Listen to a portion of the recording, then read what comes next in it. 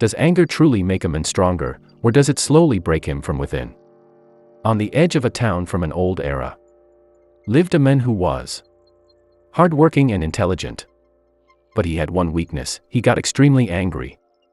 At the slightest provocation he would lash out, get into arguments with people in the market, use harsh words in household matters, and break ties with friends. He believed that if a man didn't show his anger, the world would consider him weak. One day he was about to be given a significant responsibility in the town's affairs. But the elders stopped him for just one reason: his temperament and harsh speech. Filled with rage, he left the town, his hands trembling and his breath quickening. Walking on, he reached an old place of worship where a sage sat on the ground, eyes closed, immersed in silence. The men said loudly that people talk about patience and control, but in real life, anger is what makes a man strong. The sage slowly opened his eyes and in a calm voice asked him to do one thing.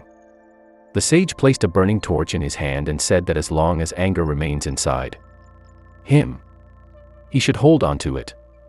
Within moments, the heat of the fire began to burn his hand.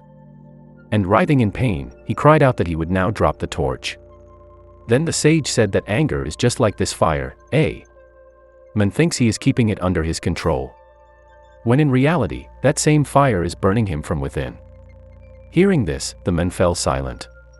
The sage said that anger in itself is not wrong, but the wise person is one who becomes the master of anger, not its slave.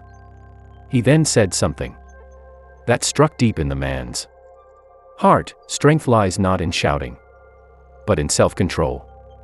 From that day onward, the man made a principle for himself: whenever anger came, he would stay silent for a few moments, take a deep breath, and then speak. Initially this path seemed difficult, and sometimes he would get entangled again. But with time, peace began to enter his life. Quarrels decreased, people's trust increased, and his decisions became better than before.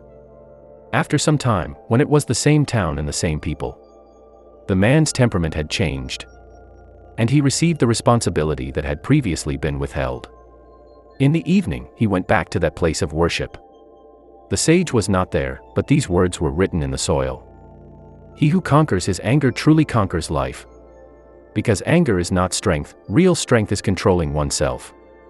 And anger is like fire: either a man uses it in his work, or that same fire burns him to ashes. Think, is your anger controlling you, or are you controlling your anger? Next time anger comes, ask yourself, do I want to win or just shout? Because real victory is not over others outside, but over oneself.